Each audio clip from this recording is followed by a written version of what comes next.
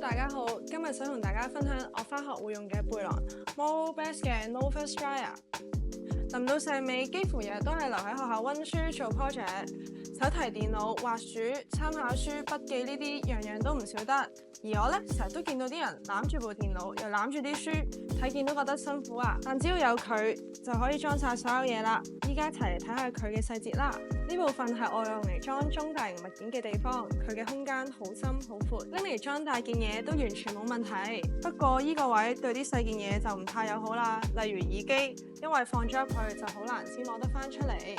呢度就同下面唔同啦，唔會太深，我會放一啲經常用嘅細件嘢，好似耳機、唇膏、鎖匙呢啲咁。好啦，到咗最大嘅主格，我哋加快進度，一齊睇下入面啦。拎走晒啲嘢就可以睇到佢入面係幾咁講究。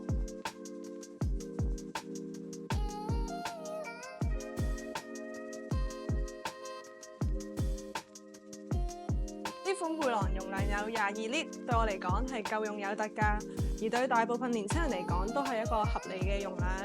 我細佬有陣時都會偷偷地借嚟用㗎，而且簡約嘅設計都好適合中學生返學用，同埋佢夠輕身，孭重嘢都冇咁容易腰酸背痛，返工或者旅行用都一樣 OK。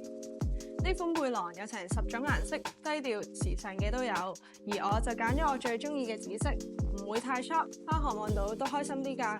希望好多嘢帶嘅你哋同我一樣都會愛上呢一款背囊啦〜